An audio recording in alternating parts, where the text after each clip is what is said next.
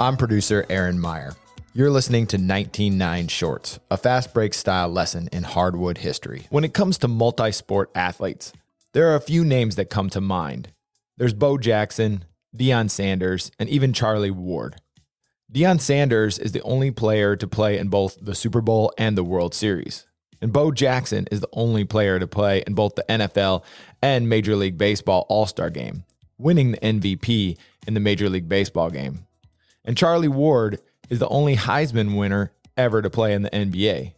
But there's one guy that many people never seem to talk about, Danny Ainge, a complimentary piece on two NBA championship teams, a title-winning NBA executive. Danny Ainge is more than that, much more. On this edition of 19-9 Shorts, the Chucker, 19-9's resident historian, dives into Ainge's standout collegiate career at BYU and why Ainge might be the best three-sport athlete in modern sports history. Most basketball fans know Danny Ainge in one of two ways. Number one, Ainge the solid NBA pro. Over a 14-year NBA career, Ainge averaged 11.5 points per game, made one All-Star team, and won two NBA titles with the Boston Celtics. Or, number two, Ainge the NBA executive. From 2003 to 2021, Ainge directed the Celtics front office, earning the nickname Trader Danny in the process. Most notably, he helped deliver Boston its 17th banner in 2008, following ambitious trades for Kevin Garnett and Ray Allen. Ainge now oversees basketball operations for the Utah Jazz. But before Ainge engaged in epic Celtics-Lakers clashes during the 1980s, and long before he fleeced the Brooklyn Nets in a trade for the ages, Ainge started Brigham Young University. Be greeted by 23,000 fans who are already at a fever pitch.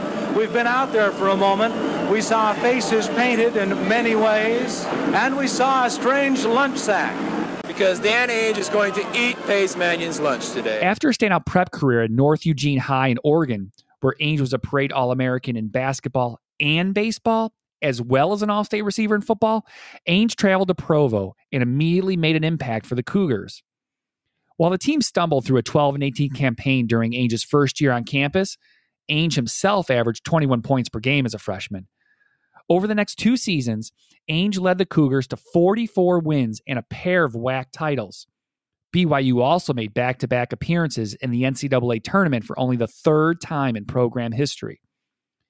It was during Ainge's final season in Provo, however, that he crafted enduring memories and propelled BYU to new heights. He blitzed Utah State for 39 points and torched Wyoming for 40. In the regular season finale, Ainge dropped 35 points on ninth-ranked Utah in a 95-76 Holy War victory for the Cougars.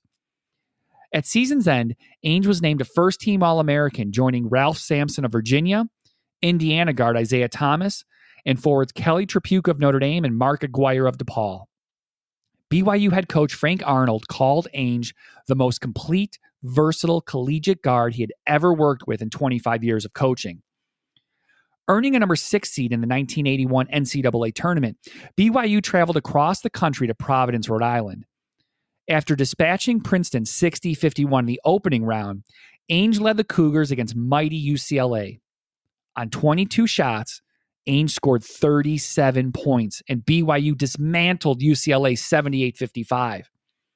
There's no doubt that the young man has a special gift, UCLA coach Larry Brown said of Ainge. In a Sweet 16 slugfest against second-seeded Notre Dame, Ainge authored what many BYU fans consider the most iconic play in BYU hoops history. With 8 seconds left, Ainge took the inbounds pass 85 feet from the basket and weaved through the Irish defense before dropping in a layup over 6'9" Orlando Woolridge. And I remember him saying, he goes, "We've got this." Like they are playing right into our hands. Here's the famous Danny Ainge coast-to-coast drive. 15 seconds to play. Notre Dame has to do something different. Sensational. Tripucka stop with 9 seconds. Notre Dame ahead by 1. And there are 8 seconds to go. Ainge against Paxson. 5 seconds. Inside. Ainge scores with 2 seconds. 1 second on the clock. It is all over. It is all over. But it looked like Notre Dame was going to have Kelly Tripucka as the hero. The hero's banner is lost by Notre Dame, and the hero's banner goes to Danny Ainge. Frank Arnold and Brigham Young have won this glamour game 51-50. And Danny Ainge took that ball from one end of the floor, went between three Notre Dame players, once behind his back, laid it in up over Woolridge. What a great basketball play. It feels great. I think we played a really good game. We played good team ball.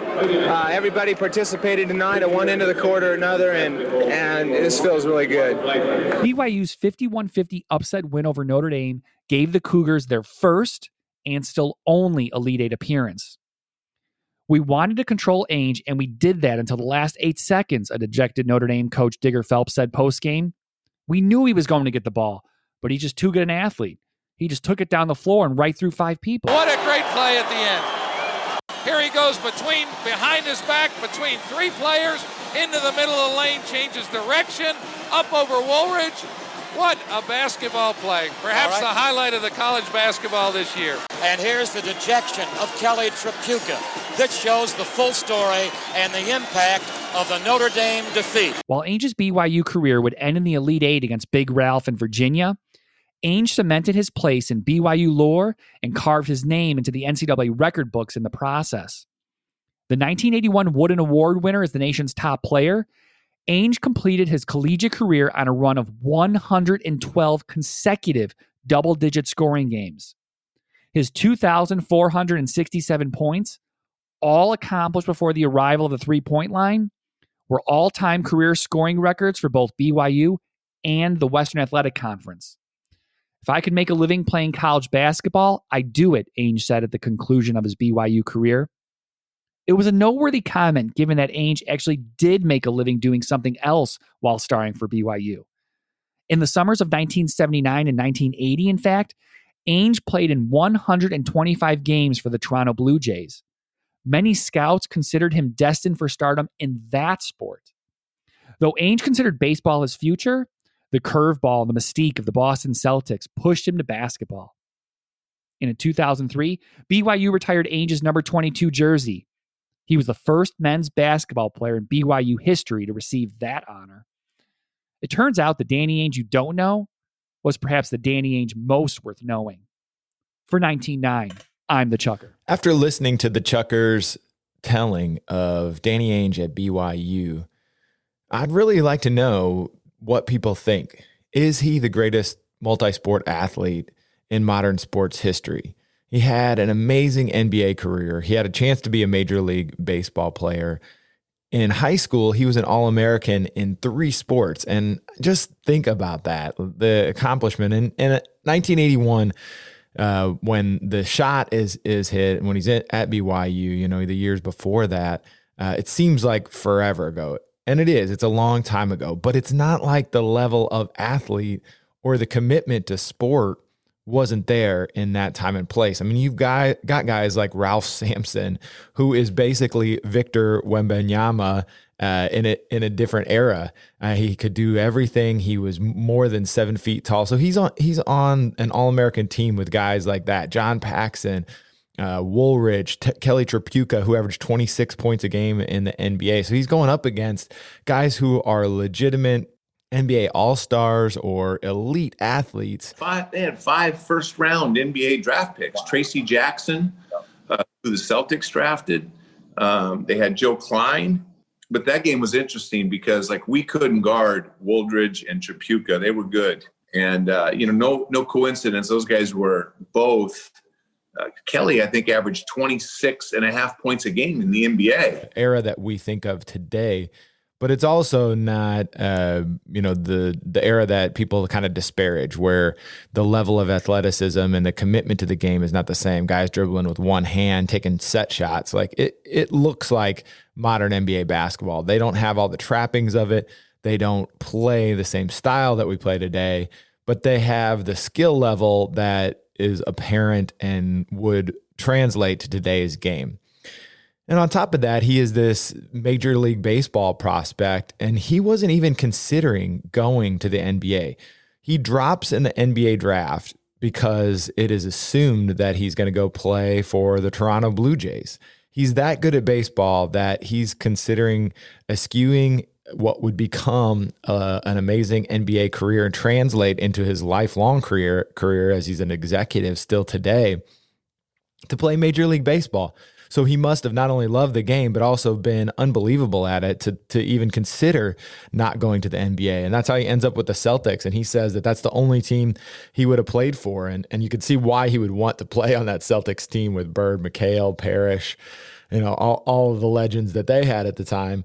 But it is such an interesting thing to think about. And then on top of that, he's this incredible football player. We talk about Jalen Suggs pretty recently, or even Allen Iverson, who was a football and basketball phenom. But to add that third sport in there, it's something that in a different era did happen all the time. Today's athletes do tend to focus more on a single sport and to spend year round on that sport. But to be as good as he was at 3 different sports takes a level of dedication and an innate ability that is pretty incredible and maybe unrivaled. You had the names that I named before, and they're certainly worthy of discussion, especially Bo Jackson, who, had his career not been cut short by injury, would most certainly have been in the Hall of Fame for one of those sports. But the other guys, Deion Sanders and Charlie Ward, had, memorable, but ultimately not Hall of Fame careers, and neither did Ainge. But you wonder if any of those guys had focused on one sport, does that elevate them, or is there just something about playing different sports that helped them get to their ultimate destinations, where all those guys became incredible in an area? Deion most memorably in football, I think, and Charlie Ward in the NBA, just a steady hand. Bo Jackson, even after, having his hip reconstructed, winning, the All-Star game in baseball, pretty incredible guy to even watch today. We've had a ton of interesting content lately. If you haven't checked out the other shorts that the Chucker's been doing, I've really been enjoying putting those together and listening to his spoken word and history about these subjects. We did something on the aircraft carrier. We've done some on some of the Kentucky teams and their shorts. And we've also had some interesting discussions with more personalities. Lee Ellis, if you haven't picked up on that one, I've been following him all over Europe as he does his outdoor playground kind of tour, 20 countries and 20 different courts. And they have been incredible. It's put courts on my bucket list where I'm like, I have to get there someday as well. And that's what the best of basketball content does, is that it inspires you. It takes you out of the day-to-day world for just a little bit and brings a spark and entertains you. I hope that you're enjoying this. I hope that everyone has had a great Thanksgiving break and that you can listen to this as you travel. And we look forward to more episodes coming soon. All right. We're actually ahead in this game. Now we just be 18 feet and drains it. And now there's 8 seconds left in the game. My whole purpose was to get the ball down the court as quick as I could, try to create a double team and find the open man. That's what I did. I ran around, caught the ball, dribbled up the court. And as I dribbled up the court, I was going full speed, so it was hard for them to put the trap. And I was weaving in and out the court and got all the way to the rim and shot a little finger roll up over Woldridge, and the game was over. And that was just a unbelievable game.